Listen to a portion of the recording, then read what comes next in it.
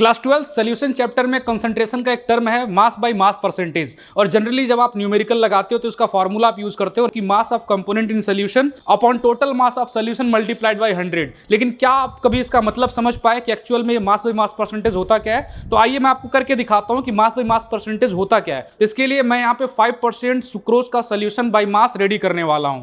5% by mass sucrose solution का मतलब ये हुआ कि 5 ग्राम हमें लेना है सुक्रोज और 95 ग्राम हमें लेना है वाटर। वेट मेजर करने के लिए मेरे पास यहाँ पे डिजिटल स्केल है, सुक्रोज है और मेरे पास वाटर है। तो सबसे पहले हम सुक्रोज का वेट 5 ग्राम ले लेंगे।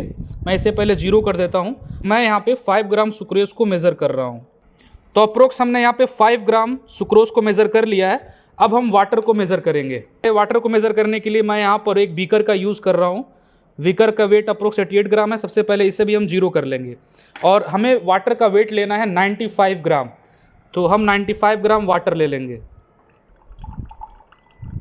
और मैंने यहाँ पे अप्रोक्स 95 ग्राम वाटर को मेज़र कर लिया है। तो अब सोल्यूशन बनाने के लिए कुछ नहीं करना, 5 ग्राम सुक्रोज को 95 ग्राम वाटर के अंदर डिज़ोल्व कर देते हैं। थोड़ा सा कुछ इसके अंदर सुक्रोज चिपका हुआ है तो मैं इसमें अंदर वाटर डाल करके इस पूरे को मैं इसके अंदर ऐड कर लूँगा। और अब कुछ नहीं करना, हमें सुक्रोज को इसके अंदर डिज़ोल्व कर लेना है। तो अब मेरे पास यहाँ पे जो सोल्यूशन बना है, हम कह सकते हैं कि मैंने जो सोल्यूशन बनाया, इस सोल्यूशन का जो कंसंट्रेशन है वो 5% बाय मास है। तो उम्मीद है आप समझ गए कि 5% बाय मास कंसंट्रेशन सोल्यूशन का मतलब क्या हुआ।